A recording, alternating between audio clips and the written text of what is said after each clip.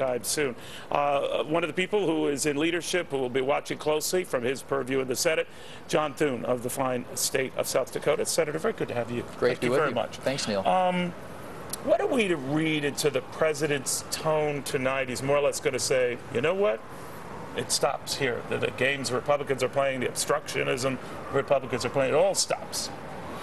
Well, what I would argue back is nothing happens in this town, and particularly big things, and we've got some big things to do, without presidential leadership. This president has not leaned into solving the major budgetary challenges that we face.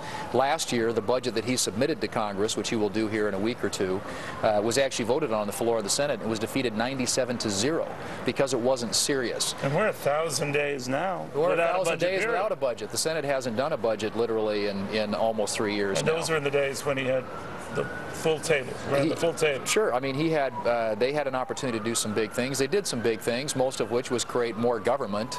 We dramatically expanded the size and scope of government with the health care bill and some other things, a stimulus bill.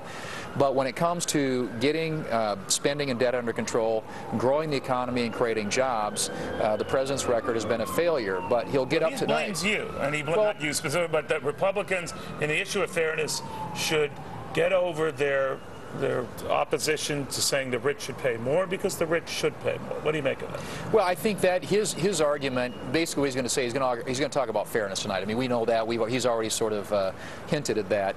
But when the president talks about fairness, that's code for class warfare, which is code for tax increases. And so we don't believe that in a down economy you ought to be raising taxes on people who create jobs in this country. So what if he offers a deal where I'll cut extra amount of spending, whether 3-part spending cuts, 1-part tax, I don't know.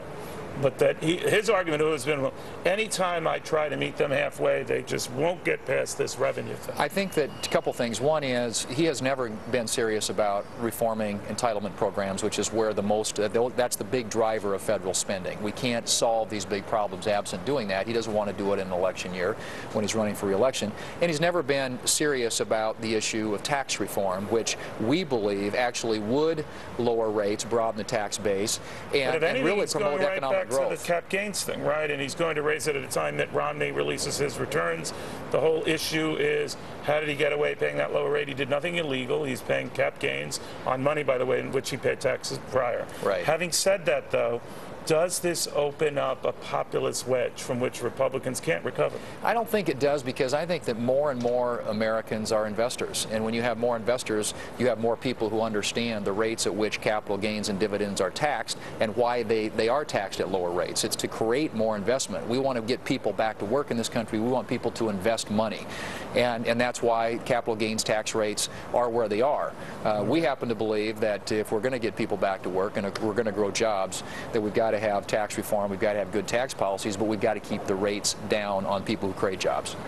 We shall watch closely. Senator, thank you very much. Senator John Thune sitting with leadership tonight in the well of the House when the president speaks about 2.5 hours from now.